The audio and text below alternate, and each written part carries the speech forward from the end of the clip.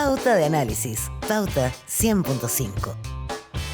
8:34 de la mañana y ya tenemos a nuestro entrevistado en un tema que es esencial, porque cuando hablamos de agenda de seguridad, cuando hablamos de crimen organizado, cuando se habla de cómo llevar adelante este nuevo momento, no solo en Chile, sino que en la región respecto del crimen organizado, se habla también de cárceles. Y la reforma que propone el gobierno también incluye la necesidad de ir segmentando cárceles para poder evitar que el crimen organizado ocupe las cárceles como oficina de trabajo y no como un lugar, ¿no es cierto?, en el que estén aislados de la sociedad. De eso queremos conversar con Claudio Martínez, exdirector de Gendarmería, un poco para lo que implica y cómo observa también las medidas que el gobierno está planteando en el debate parlamentario. Claudio Martínez, buenos días. Gerardo Gómez y Claudia Álamo por acá. Hola Claudio, muy buenos días. Buenos días, muchas gracias por la invitación a conversar. Un gusto tenerlo con nosotros. Oiga, hace algunos días vimos, ¿no?, este traslado a la cárcel de La Laguna en Talca de reos donde se destacó principalmente el régimen especial que iban a tener allí.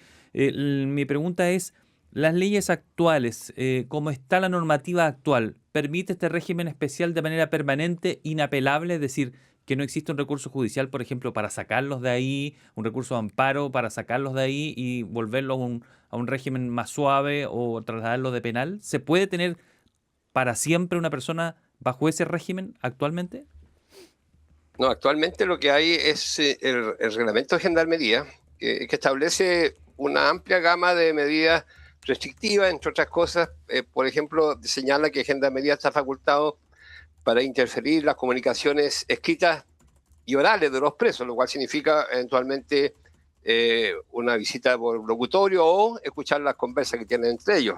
Pero ese es un reglamento. Entonces, lo que ha ocurrido históricamente es que los presos recurren a los tribunales y logran que el régimen se cambie el régimen y también que muchas veces que los cambien de unidad penal. Entonces ahí se produce un problema de competencia, porque quien tiene la potestad directa sobre los presos es Gendarmería y es la que evalúa el grado de peligrosidad para aplicar uno u otro régimen. Por lo tanto, hoy día no hay un sustento legal sólido que permita que Gendarmería tenga autonomía en ese caso. Sí, escuchaba el otro día a la exministra del Interior, Carolina Toá, que hablaba sobre este punto y decía que no es cierto que, por ejemplo, hablaba del caso de Hernández Norambuena, ¿no?, que en algún minuto la familia, la defensa había pedido que lo sacaran de la cárcel de alta seguridad y que después se había ido a tribunales y había vuelto a la alta seguridad. Decía que la mayor cantidad de los casos en que abogado o familia pedían el traslado, después los tribunales de justicia eran los encargados de retrotraer esa decisión. Eso se lo escuché a ella hace menos de una semana en una entrevista. ¿No Efectivamente, es así. En el caso específico de Hernández Norambuena,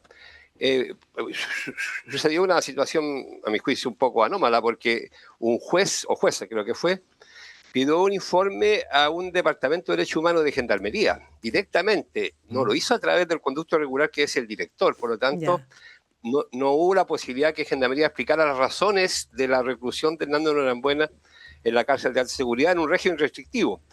Y esa jueza finalmente determinó que Mauricio Hernández Norambuena tenía que volver al penal de Rancagua, cosa que ocurrió. Gendarmería intentó revertir la situación, no fue posible, y hoy día Hernández Norambuena está en la cárcel de Rancagua por decisión judicial, no por decisión técnica de Gendarmería. Ese es el problema, ese es un problema. Y otro problema tiene que ver con las medidas restrictivas al interior de la unidad penal. Bueno, entonces se requeriría algún cambio, no sé si legal ordinario o constitucional, para poder que tengan un régimen diferenciado inapelable, por decirlo de alguna manera, ¿no?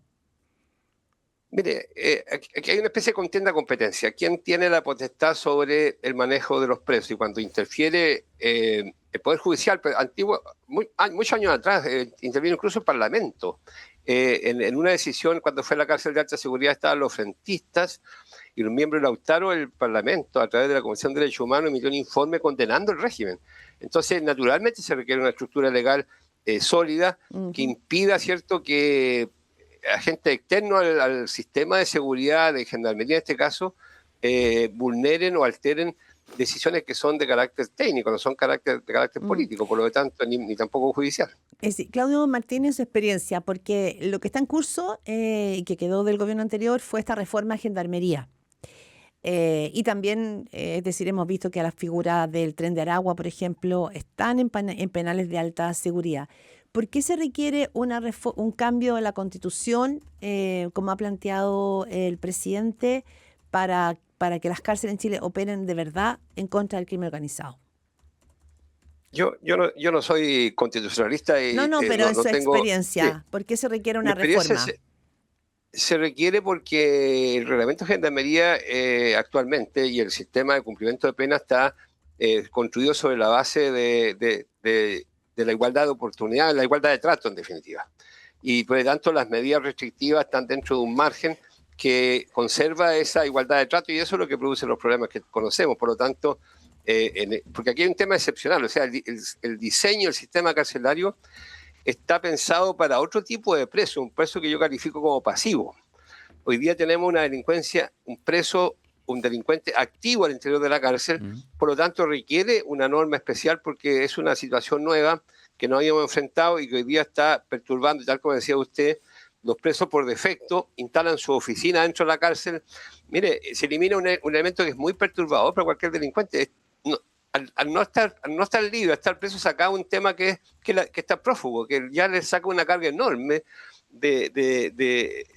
una carga enorme que perturba su acción delictual, por lo tanto la cárcel, que a su vez le garantiza los derechos básicos, de alguna medida, si no se impide las comunicaciones, que es el punto central, Sí. instalan su oficina y trabajan con toda tranquilidad. Entonces es una situación nueva que debe ser enfrentada también.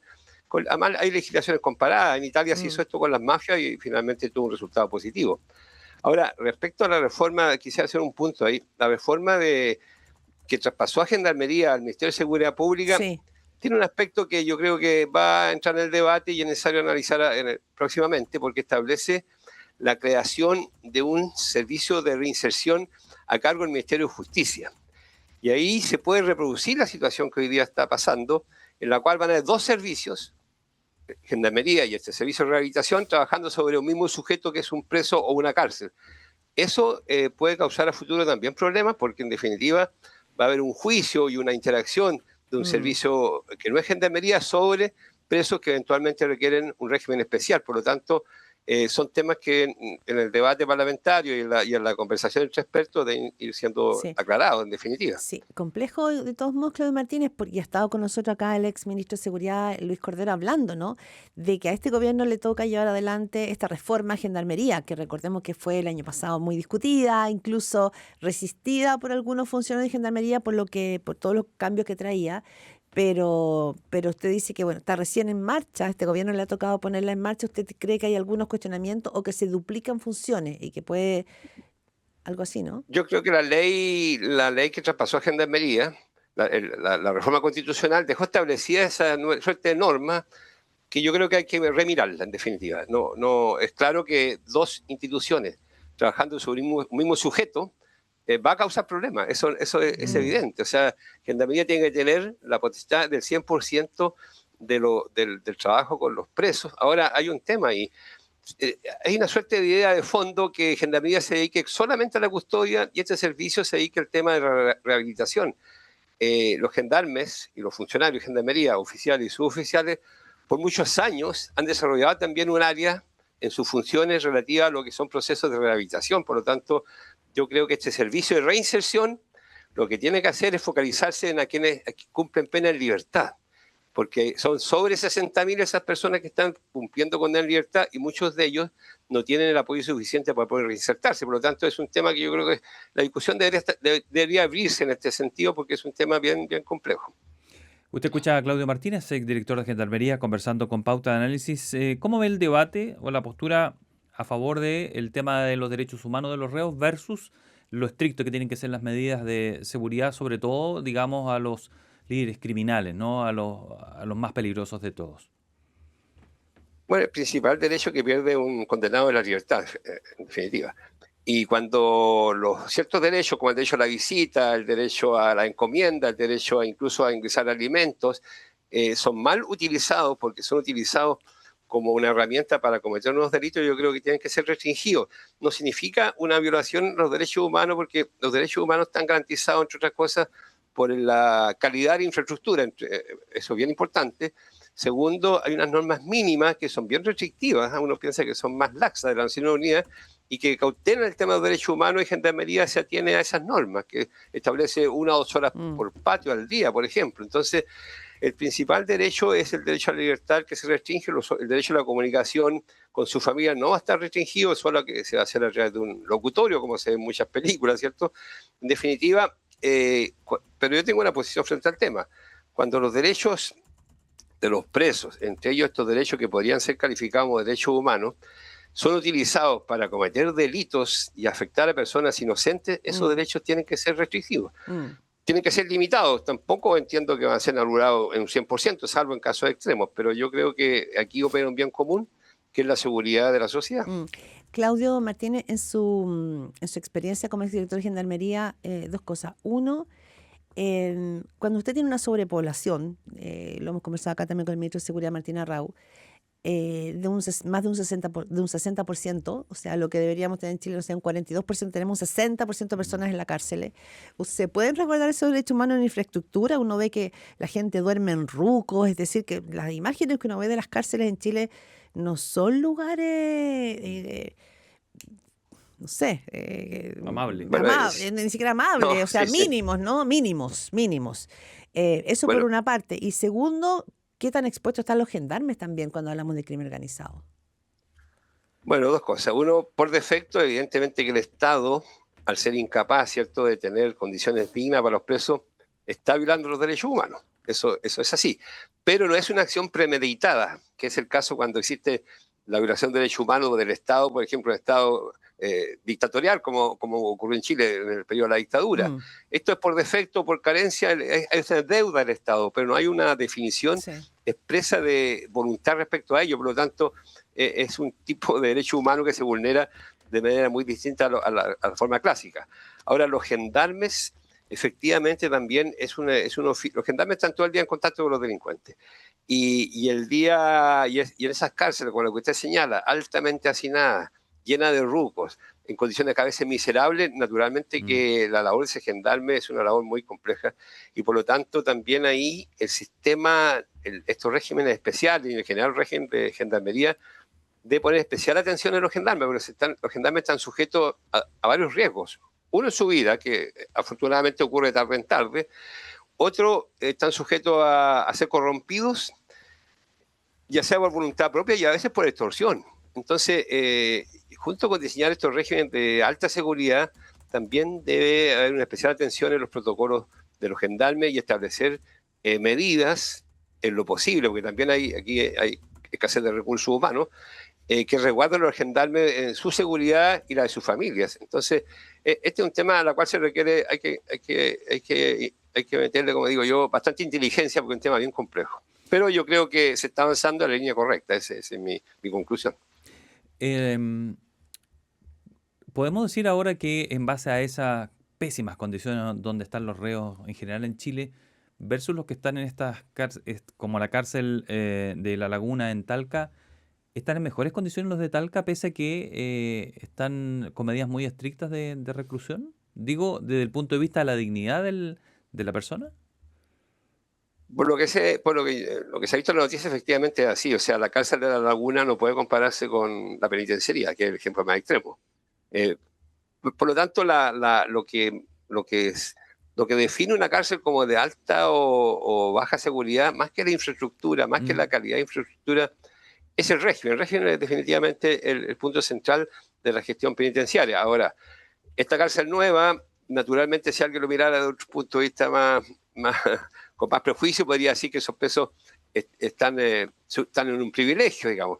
Pero, y por lo tanto, no merecerían eventualmente ese privilegio, dado que son unos criminales muy peligrosos. Pero esa es la vieja discusión que además se produjo con Punta Peuco.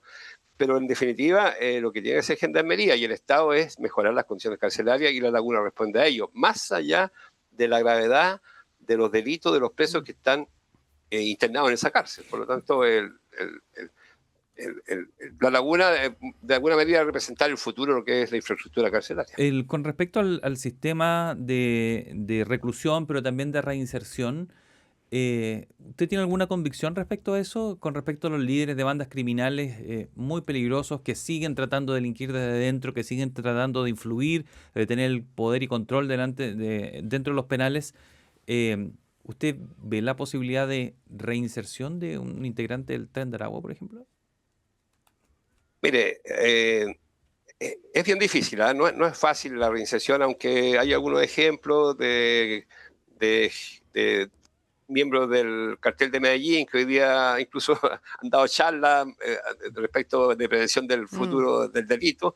Por lo tanto, no es improbable, pero hay ciertos estudios que indican que hay un segmento de la población que es posible de rehabilitar, que lo estiman en un tercio. Hay quienes dividen en 3/3 de la población. Un tercio se puede rehabilitar, un segundo tercio con un esfuerzo focalizado también se podría rehabilitar, y hay un tercio que ofrece muchísimas dificultades para rehabilitarse. Entonces, estas medidas de seguridad, naturalmente, que deben focalizarse en ese tercio reactivo y ahí apostar porque ese segmento del mundo del delito abandona el delito por efecto de las condenas largas. Ahí, naturalmente, que las condenas largas tienen sentido y los regímenes duros tienen sentido porque es un tercio irreductible, por así decirlo, y la experiencia indica que los años van desactivando las conductas delictuales. Los delincuentes en general son todos gente más bien joven.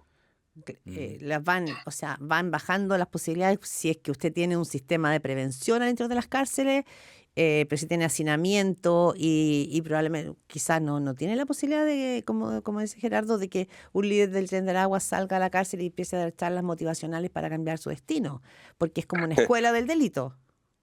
Bueno, por eso que es bien importante identificar bien a los líderes, porque también en esta estructura jerárquica que tienen estas bandas se produce un proceso de retroalimentación permanente y de incorporación de jóvenes a estas bandas. Por lo tanto, no solamente tiene que haber medidas restrictivas respecto a sus comunicaciones hacia el exterior, también hacia el interior, y separarlos. No pueden convivir los generales de la tropa al interior de las cárceles. Sí, Claudio Martínez, exdirector de Gendarmería. Bueno, usted ha seguido el tema desde que fue director, sigue mirando Gendarmería.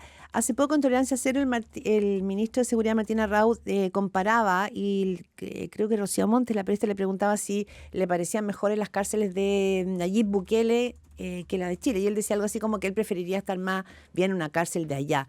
¿Cómo ve usted esta comparación que se está haciendo con las cárceles de Bukele?